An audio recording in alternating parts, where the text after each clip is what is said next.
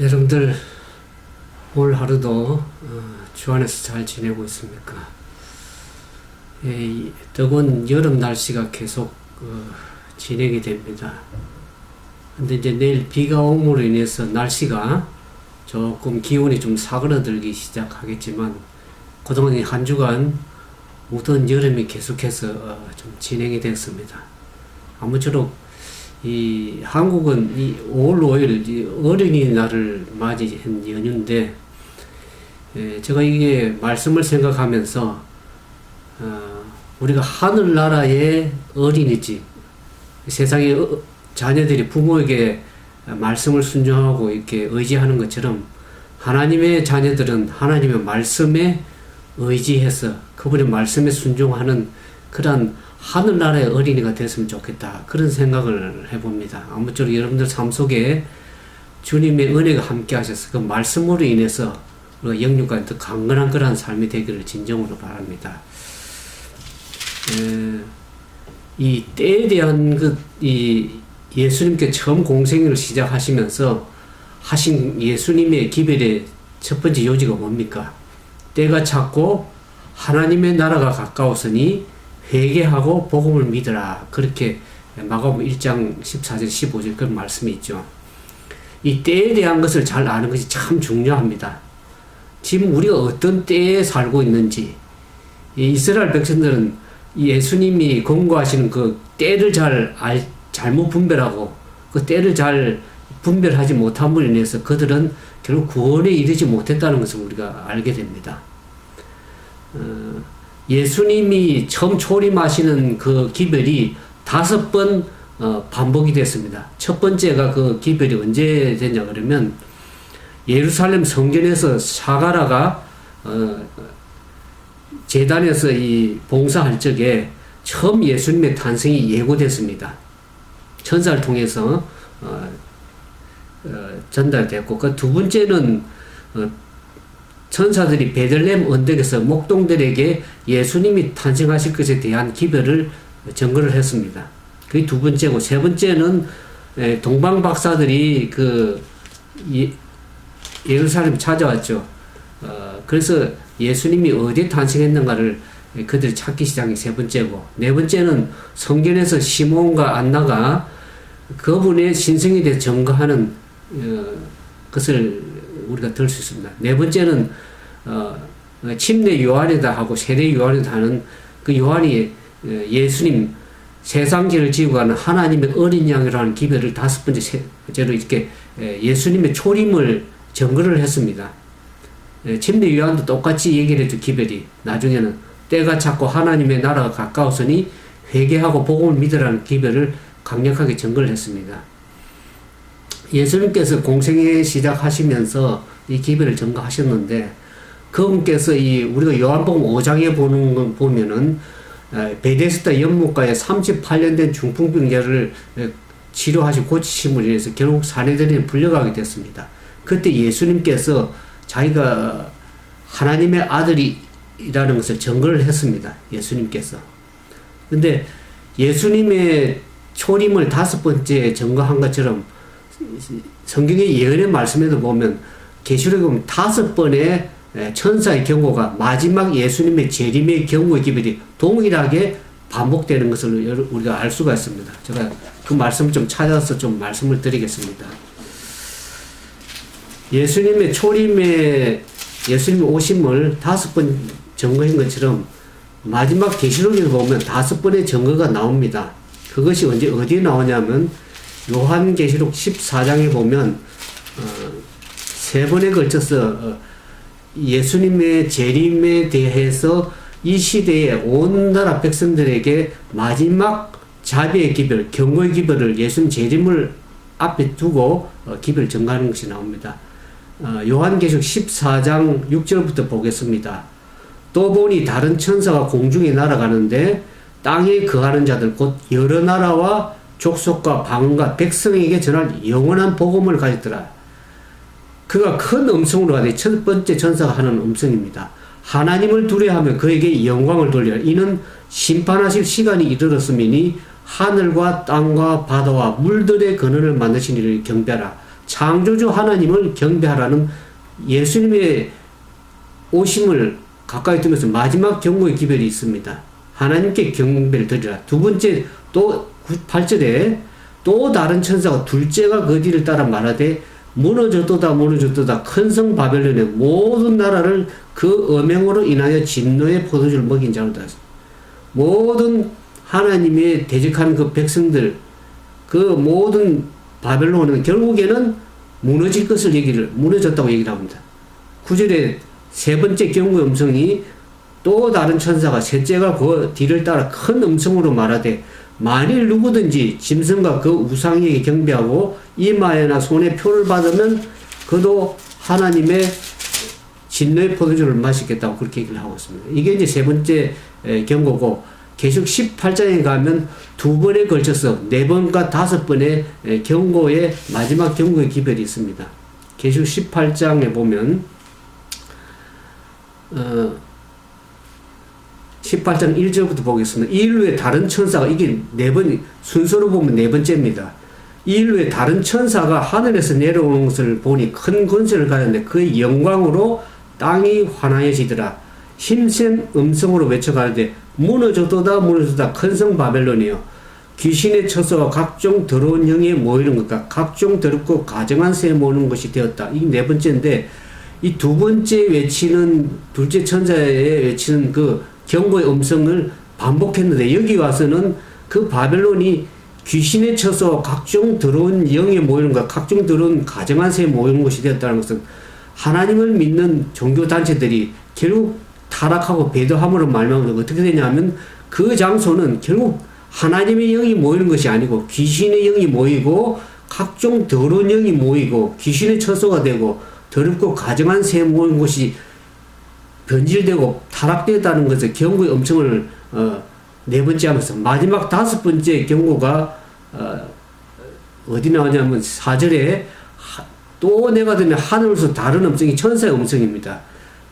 가로되 내 백성아 거기서 나와 그의 죄에 참여하지 말고 그의 받을 재앙들을 받지 말라는 마지막 5번의 예수님의 재림을 앞두고 경고의 기별을 마지막 하고 있습니다. 이 4번째 보면은 18장 3절에 그 각종 큰성 바벨론이 무너지면서 결국 타락된 그 귀신의 처사가 되고 더러운 영이 모이는 것이 되어버린 그것이 왜 그러냐면 그 음행의 진노주의 포도주에 만국이 나라가 무너지고 땅의 왕들도 그로 인해서 음행했다는 말은 성경에는 영적 간음을 얘기하는데 하나님 말씀과 세상과 짝해지는 것을 간음이라고 그럽니다. 그래서 그 하나님의 그 백성들이 결국 세상과 짝해서 음행하게 되고 땅의 상고들 세상의 경제적도 무너지게 되고 그 땅의 상고를 사치를 해서 완전히 무너지게 됩니다. 이 종교 세력이 결국에는 세상의 정치 세력과 결탁이 되고 그것이 결국 경제 세력, 땅의 임금들과 경제 세력과 함께 삼중연합돼서 결국에 멸망으로 가는 길을 가고 있습니다. 거기서 하나님의 백성들, 진정한 백성들은 나오라는 경고의 기별을 외치고 있는 것이 5번의 재림을 앞두고 천사들의 경고가 음성이 초림 때 외쳐진 것처럼 마지막 때 동일하게 외쳐질 것을 계시록은 얘기를 하고 있습니다. 그런데 예수님께서 이 베데스다 38년대 중풍병자를 고치면서 결국에 사내들인에 불려가서 예수님이 당신의 하나님의 아들이기 때문에 아버지께서 일하니 나도 일한다고 하는 아들의 그 얘기를 했을 때 그 사내들인의 지도자들이 예수님을 시기하고 결국 그때부터 죽이려고 예수님을 이미 작정하기 시작했습니다. 근데 예수님께서 그들에게 얘기한 것은 결국에는 이스라엘의 지도자들에게 예수 그리스도를 그 당시 그들이 진정으로 받아들였더라면 그들은 세상에 그리스도의 복음을 전파하는 최초의 기별자들이 되었을 겁니다. 그러나 그럼에도 불구하고 그 기별을 예수님께서 주셨음에도 불구하고 그들이 그것을 받아들이지 않고 어떡합니까? 오히려 예수님을 죽이려고 했습니다. 그래서 이 하나님의 나라의 복음을 전할 수 있는 첫 번째 전령자가 될 수 있는 기회가 그들에게 맨 처음으로 주어졌음에도 불구하고 그들이 유대 이스라엘 지도자들은 오히려 그 시기하고 불신함으로 해서 결국 그들에게 기별이 전거되지 못하고 그 지도자들이 기별을 받지 않으니까 결국에는 어떡합니까? 그 백성들의 마음이 예수님께로 점점 더 떠나가기 시작했습니다. 그것이 어디에 나왔냐면 요한계시록에 보면 마지막 시대에 하나님의 교회는 라오디아 교회라고 그럽니다. 라오디아 교회 기별이 요한계시록 3장에 나오는데, 요한계시록 3장에 보면 라오디아 교회 기별이 요한계시록 3장 14절에 보면 인정합니다. 라오디아 교회 사자에게 편지하기를 아멘이시여 중성되고 참된 정의이시여 하나님의 창조의 근본이, 이 그분이 누구입니까? 아멘이시여 참된 정의인 그분은 예수 그리스도입니다. 과거에 이스라엘 백성 지도자들에게 하나님의 기별의 복음을 증거할 때 그들이 그것을 처음 증거할 때 지도자를 보낸 것처럼 마지막 시대에서도 하나님 예수 그리스도께서는 라오디게아 교회 지도자들에게 이 기별을 보냈는데 그들이 그 기별을 과거의 이스라엘 지도자들 받지 않은 것처럼 동일하게 받지 않을 것입니다. 그들에게 기별을 전가하면서 내 행위를 아는데 내가 차든지 덥든지 하기를 원한다고 예수님께서 라오디게아 지도자들에게 기별을 전가했는데 불구하고 그 지도자들이 그 경고의 기별을 결국 받아들이지를 않습니다. 근데 그러므로 인해서 그 예수님께서 그렇게 해가지고 내가 사랑하는 자를 책망하여 직무하느니 내가 열심을 내라 회개하라는 기별을 전거했습니다. 제가 이번 주 한 주 동안에 계속해서 대속죄에 대해 죄를 사하는 하나님께서 지성소에서 어떻게 당신의 백성들을 지금 죄를 중보하시고 사하시기 위해서 하나님의 백성들에게 심판을 이루는 장면이 이루어질 때 열심을 내고 회개하라는 그 마지막 때에 대속죄일에 이스라엘 백성들의 마음을 괴롭게 해야 되는 그 때가 그 때에 맞는 기별을 전가할 때 그 기별에 맞춰서 그 마음을 괴롭게 하고 주님께 향해야 되는데 그 기별을 받아들이지 않으면 결국 어떻게 됩니까? 과거에 그 하나님께 그리스도께서 주신 기별이 결국 그들에게 떠나가서 다른 사람들에게 갈 것입니다. 그래서 지도자들에게 전가한 기별이 지도자들이 받지 않기 때문에 예수님께서 어떻게 말씀하냐면 20절에 보면 내가 문 밖에 서서 두드린다는 것입니다. 결국 마지막 세대 교회들은 예수님을 마음속에 모시지 않으면 결국 예수님을 문 밖에 두는 예수님과 전혀 상관없는 사람들이 될 것입니다. 그래서 예수님께서 이제 두드리니 누구든지 내 음성을 듣고 지도자들의 복음의 말씀을 기분을 듣지 않기 때문에 이제 백성들 누구든지 그 말씀을 듣고 문을 여는 자들에게는 누구든지 예수님께서 내 음성을 듣고 문을 열면 내가 그에게 들어가 더불어 먹고 그럼 나로 더불어 먹으리라 그랬습니다. 그러면서 이기는 그에게 내 보좌에 함께 앉아주기를 내가 이기고 아버지의 보좌에 함께 앉은 같이 하리라 그랬습니다. 귀 있는 자는 성령이 교회들에게 말씀을 하십니다. 하나님의 음성을 듣고 그 마음을 여는 자가 누구든지 간에 여는 자에게 주님께서 들어가서 말씀하시겠다고 얘기합니다. 이 마지막 때 우리가 이 때를 잘 분별하는 것은 참 중요합니다. 왜냐하면 예수님께서 그 때에 대한 그 예언의 기별을 계속 다니엘서 요한계시록에 주셨기 때문에 그렇습니다.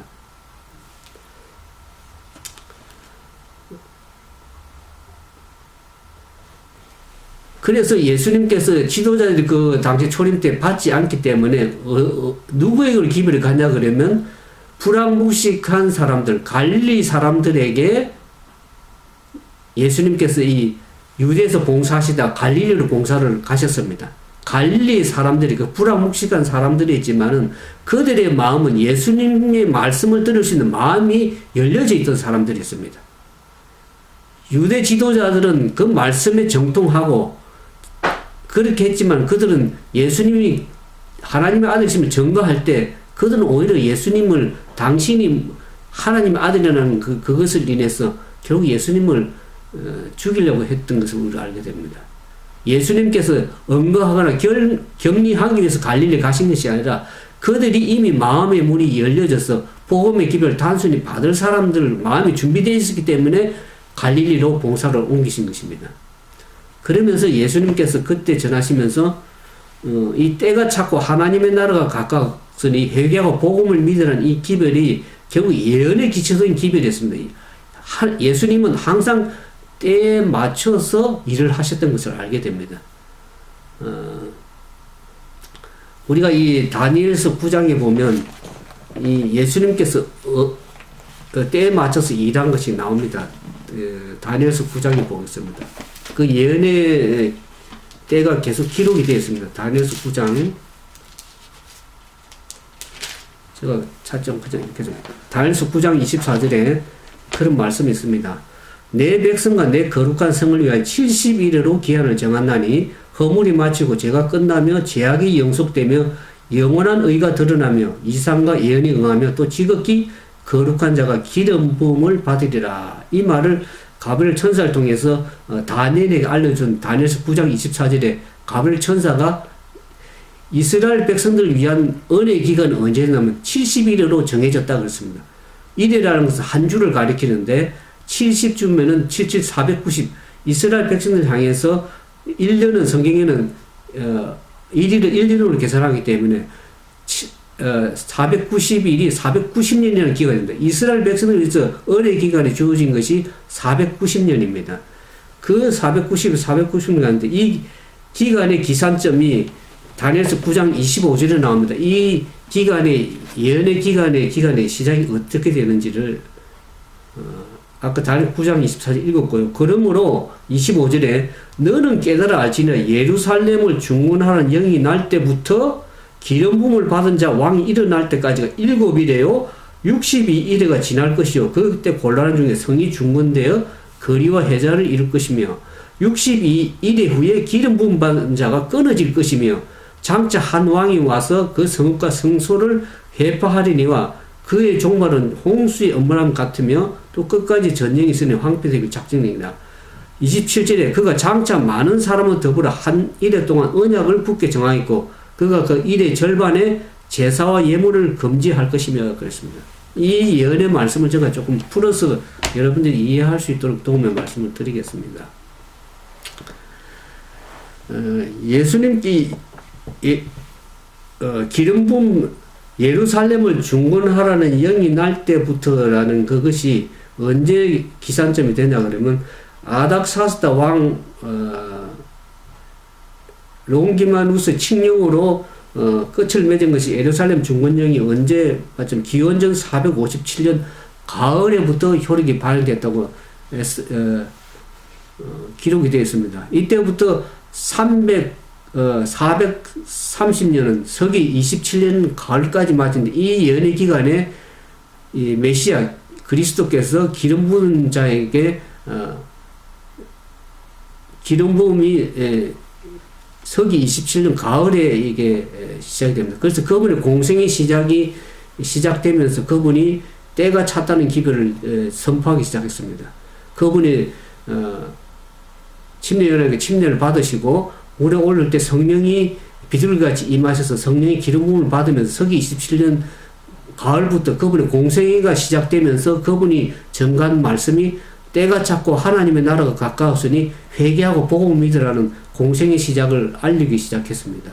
그러면서 이 천사가 말하기를 그가 장차 많은 사람들 더불어 한 일해 동안 7년 동안 언약을 굳게 정하겠다. 이 말은 예수님께서 공생애를 시작하신 후에 7년 동안 유대인들에게 복음이 특별하게 증거가 됐습니다. 그 7년 동안에 3년 반은 예수 그리스도께서 친히 증거하셨고 나머지 3년 반은 그들의 사도들에 의해서 복음이 증거가 됐습니다.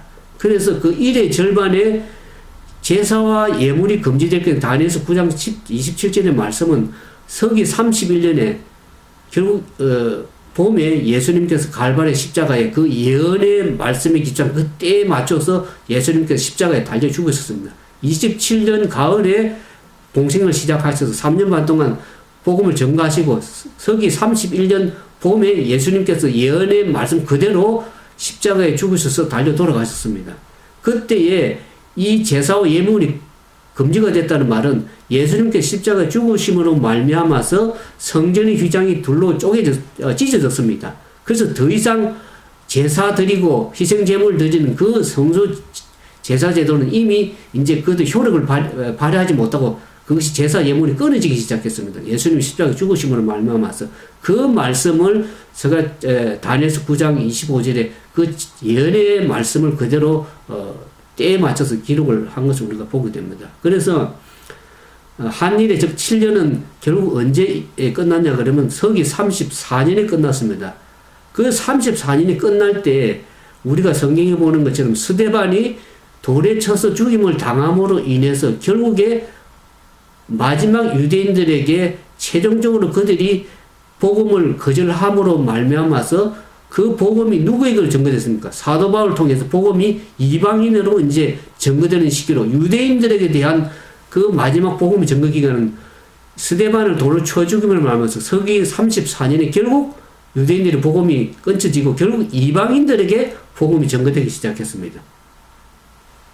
그래서 박해자 사울이 회개함으로 인해서 이방인들에게 복음을 보내는 그런 사도로서 사도 바울이 나오는 것을 보게 됩니다. 그래서 이와 같은 예수님의 초림, 그 다음에 성령의 기름 부으심, 그분이 어떻게 언제 십자가에 죽으실 것이고 언제 이방의 복음이 전파될 것이라는 것이 때에 관한 기별이 명확하게 다니엘서에 기록이 되어 있습니다. 그래서 우리가 이 예언의 말씀을 때에 대한 기별을 정확하게 아는 것은 굉장히 우리 믿음이 중요한 것이고 우리가 앞으로 어떻게 일어날 것이며 하는 기별이 계시록에도 분명하게 증거가 되어 있기 때문에 그 때에 맞춰서 맞는 신앙을 하는 것은 참으로 중요한 일입니다. 그래서 하나님의 백성들은 이 예언의 성취를 때를 아는 것은 하나님의 믿는 참된 백성들의 특권입니다. 그래서 예수님께서도 제자들에게 이 예언의 연구의 중요성에 대해서 계속 거듭 강조했습니다.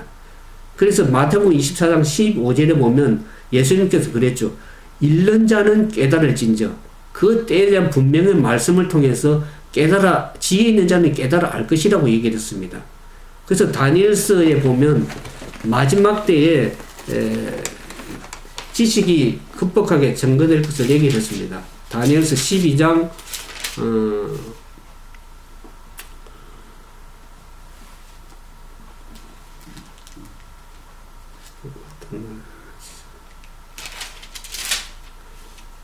다니엘서 12장 4절에 보면 다니엘아 마지막 때까지 이 말을 간수하고 이 글을 봉함하라. 많은 사람들이 마지막 때가 되면 빨리 왕래하며 지식이 더하리라. 이제는 인터넷에 다 열려있고 말씀을 들으려고 여러분들이 마음과 관심을 가지면은 모든 기별을 다 들을 수 있는 시대가 다 준비가 됐습니다. 그래서 달려가면서도 읽을 수 있는 그 모든 준비가 되어 있습니다. 우리가 아모스 3장 7절을 보는 것처럼 예수님께서 그렇게 얘기하시죠. 하나님께서 그 기별을 종 선지자들에게 말씀하시지 않고는 그 행하심이 없으심이라 그랬습니다. 항상 기별을 전거하시고 말씀을 주시고 한 그 이후에 하나님께서 분명하게 일을 하시는 것을 행하시는 것을 우리가 알면서 마지막 때 모든 지식이 왕래되고 빨리 왕래하는 이 시대에 빛의 속도로 복음에 전거된 이 시대에 이제는 우리가 듣지 못해서 몰랐다고 하는 그 말은 핑계가 될 수 없는 것입니다. 마음이 열려있고 말씀의 예언에 관심 있는 사람들은 그 때에 대한 기별을 다 알 수 있도록 다 증거를 하고 있는 시대입니다. 그래서 다니엘에게 와서 기별을 전개했던 이 가브리엘 천사가 요한계시록에 보면 계시록 1장 3절에 이 예언의 말씀을 읽는 자들과 그 말씀을 듣는 자들과 그 가운데 기록된 것 지키는 자들이 복이 있다고 전가한 그 천사도 가브리엘의 천사입니다. 동일한 다니엘에게 전가했던 그 천사가 마지막 시대에 와서 동일하게 우리에게 때에 맞는 기별을 전가하고 있는 것입니다. 그래서 이 예수님의 초림의 기별이 그 당시 이스라엘 백성들은 은혜의 왕국을 전파한 것처럼 마지막 시대 예수님의 재림의 기별은 영광의 왕국을 공포하는 것이 됩니다. 그래서 마지막 시대 때 우리가 다니엘서 아까 12장 4절 읽은 것처럼 다니엘서 12장 10절에도 그와 같은 얘기가 나옵니다. 많은 사람들이 연단을 받아 스스로 정결케 하며 희귀할 것이나 악한 사람은 악을 행하리니 악한 자는 아무것도 깨닫지 못하되 오직 지혜 있는 자는 깨달으라 그랬습니다. 말씀에 대한 관심을 가지고 지혜를 가지고 깨달으려고 하면 이 예언의 말씀은 다 깨달아질 수 있는 기록된 말씀이기 때문에 다 계시라는 것은 열려져서 백성들이 알려주기 위해서 있은 것이지 그것을 감추고 안 알려주기 위해서 그런 것이 아니라 예언의 말씀은 때가 되면 다 열려지는 말씀들입니다. 그러면서 예수님의 재림에 대해서 그렇게 얘기를 하고 있죠. 우리가 계속 성경에 대해서 주님의 오심이 가까웠기 때문에 준비하라고 말씀이 계속 연거푸 누가복음 21장 31절과 34절 36절 이런 말씀이 있습니다. 제가 읽어드리겠습니다. 너희가 이런 일이 나는 것을 보거든 하나님의 나라가 가까운 줄을 알라. 34절에 너희는 스스로 조심하라. 그렇지 않으면 방탕함과 술취함과 생활의 염려로 마음이 둔해지고 뜻밖의 그날이 득과 같이 너희에게 임하라. 이 말씀에 대한 관심을 가지지 아니하면 결국에 예수님의 재림은 그날에 득과 같이 우리에게 갑자기 임할 수 있는 그 날이 될 수 있을 것입니다. 그러므로 이러므로 너희는 장차 올 이 모든 일을 능히 피하고 인자 앞에 서도록 항상 기도하며 깨어 있으라고 계속 우리에게 경고의 말씀을 주십니다. 그래서 이 말씀을 볼 때 이 예언한 시기의 기초를 보면 지난번에 제가 대속죄일에 말씀을 드렸죠. 예수님께서 우리가 다니엘서 8장 14절에 보면 성소가 정결케 되리니 다니엘서 8장 14절에 말씀을 드렸습니다. 성소가 언제 정결해지나 그 말씀을 제가 일주일 내내 말씀을 좀 드렸습니다. 8장 14절에 그가 내게 이르되 2300주야까지니 그때 성소가 정결함을 입으리라 이만합니다. 성소가 죄로 인해서 더러워진 성소가 언제 정결이 되느냐 그것을 성소 정결에 대해서 미국에서 우리나라에 복음이 들어오기 전에 대한민국에 복음이 들어오기 전에 이미 복음은 전날에 증거가 되기 시작했는데 그 다음에 1844년에 미국에는 재림운동이 이미 시작이 됐었습니다. 말은 뭐 유럽도 재림운동이 시작됐지만은 미국의 재림운동이 시작돼 1844년에 그 재림운동을 전가하는 사람들이 이 다니엘서 8장 14절을 성소가 2300주가 끝나면서 성소가 정결이 되리라는 것은 성소 정결을 이 땅의 정결이 제가 정결해지는 걸 생각해서 예수님이 이 땅으로 재림할 것이라고 그들이 성경을 잘못 해석했습니다. 그래서 그들이 1844년에 10월 23일에 예수님 재림할 거라고 믿었지만 결국 그날에 예수님이 재림하지 않았습니다. 그것은 그들이 다시 성경을 연구해 보니까 예수님이 이 땅으로 와서 성소가 정결이 아니라 예수님께서 성소 봉사에서 백성들 죄를 속죄하시면서 결국에 어디로 들어갔냐고 하면 하늘 성소로 들어갔다. 성소를 정결케 하기 위해서 지성소로 들어가셨다는 그것을 알게 됐습니다. 이 땅으로 재림하시는 것이 아니라 하늘 성소에서 지성소로 들어가는 기간이었습니다. 그때가. 그러니까 지금은 이 마지막 때는 예수님께 지난번에 대속죄의 봉사에 말씀드렸지만 예수님께서 마지막 대속죄의 봉사가 끝나면 이 땅에 오신다고 사도행전 3장 19절에 제가 말씀을 드렸습니다. 너희가 죄 없이함을 받으라. 회개하고 죄 없이함을 받는 것은 결국 대속죄의 죄 없이함을 받을 때 주님으로부터 유쾌하게 된 날 이르러 올 것이라고 제가 다니엘서 3장 19절에 계속 말씀을 드렸습니다. 죄 정결이 이루어지면 그때 예정하신 예수 그리스도를 보내시리라고 사도행전 3장 19절에 그랬습니다. 그 죄가 정결이 되는 그 은혜의 시기 동안에 우리가 지금 중요한 때 살고 있기 때문에 마지막 하나님의 믿는 백성들은 어떠한 삶을 살아야 될지 제가 계속 일주일 동안에 속죄봉사를 통해 얘기할 때 말씀을 드렸습니다. 그래서 이 종말 때 엄숙한 예언의 시기 때에 주님의 영광스러운 재림에 가깝다는 것을 우리에게 계속 성경은 이제 열려서 알려주고 있기 때문에 유대인들이 하나님의 말씀에 근거하는 때를 받지 않고 그 오해를 근거의 날을 받지 않고 알지 못했기 때문에 그들이 결국 구원이 이르지 못했기 때문에 마지막 시대에 하나님의 백성들도 택하신 백성들이 그 때를 알려주실 때 그것을 분명히 깨닫고 이해하시는 것은 여러분들의 분명한 특권이고 어떻게 살아야 될지도 분명히 여러분들의 선택에 달려있는 것입니다. 근데 많은 사람들이 하나님의 말씀을 권고할 때 주의 선지자들을 죽이고 그분을 엄해하는 댁으로 보냈습니다. 과거 이스라엘 백성들이 예수님께서 사람들이 증거할 때 그 은혜의 기간 동안에 주님의 말씀을 받아들이는 그 은혜의 기간 동안에 그렇게 준비하지 않냐고 어떻게 하냐면 오히려 복음을 전가하는 주의 선지자들을 오히려 죽이려고 시기하고 한 것을 알게 됩니다. 오늘날 많은 세상의 사람들뿐만 아니라 교회 안에도 결국 영적 바벨론이 결국 멸망하게 되는 이유는 뭐냐면 세상에 대한 너무 관심이 많이 가 있습니다. 오늘날 인터넷 통해서 많은 대한민국도 마찬가지지만 온통 사람들의 생각이 믿는 사람뿐만 아니라 믿지 않는 사람 포함해서 온통 생각이 어디로 가 있습니까? 세상에 다 빠져 있습니다. 주의 오심이 가까울 때 사람들이 그 기별을 받아들이고 준비하는 사람들이 결국 많지가 않습니다. 오늘날 정보가 너무나 많이 인터넷을 통해 열려져 있기 때문에 온통의 관심들이 세상 나라에 다 가 있습니다. 하나님 나라에 가 있는 것이 아니고 세상 나라에 어떻게 하면 나라가 통일되고 어떻게 하면 내가 좀 잘 살고 그런 것이 온통 정신이 가 있는 시대에 정치나 국가나 이런 데 다 관심, 세상 나라에 관심이 다 있습니다. 이제는 때가 찼고 하나님 나라가 가깝기 때문에 하나님 나라에 대한 관심을 가지셔야 됩니다. 믿는 사람들은. 근데 오늘날 많은 사람들은 온통 세상이 생각에 붙잡히고 있고 예언의 신속한 성취가 이루어지고 있는 이때에 하나님 나라의 신속한 도래가 임함에도 불구하고 그들은 온통 사단이 주는 그 정신에 세상의 정신에 빠져 있어 가지고 하나님 나라에 대한 관심을 다 잊어버리고 있는 시대에 살고 있습니다. 그러면서 데살로니가전서 5장 4절 6절에 있는 말씀을 제가 읽어드리고 이 말씀을 마치려고 합니다.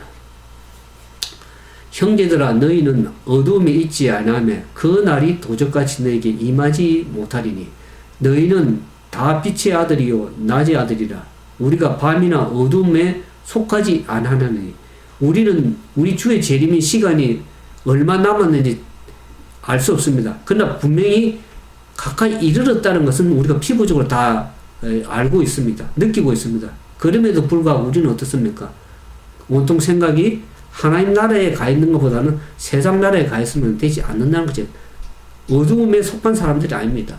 이 세상에 우리의 씨름은 혈과 육에 대한 것이 아니고 이 세상의 영들, 악의 영들과 어둠의 세상 주관자들, 사단이 이 세상을 주관하고 이 시대에 그게 세상 나라에 빠져 있으면 안 되는 것입니다. 그러면서 그러므로 우리는 다른 이들과 같이 자지 말고 오직 깨어 근신하시니라고 했습니다. 잔다는 것은 잠을 잔다는 게 영적인 잠을 자는 겁니까? 하나님 나라에는 관심이 없고 때가 찼고 하나님 나라 가까운데 거기에는 온통 관심이 없고 영적 잠에 잠들고 있는 겁니다. 세상 나라에 관심이 가 있다는 건 영적으로 잠들어 있는 상태를 얘기를 하는 것입니다. 그래서 하나님의 백성들은 이제는 깨어 있을 때가 됐습니다.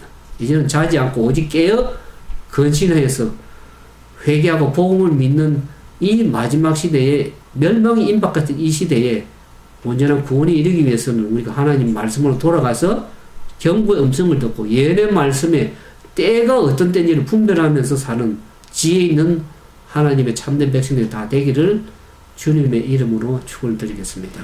이렇게 기도하겠습니다.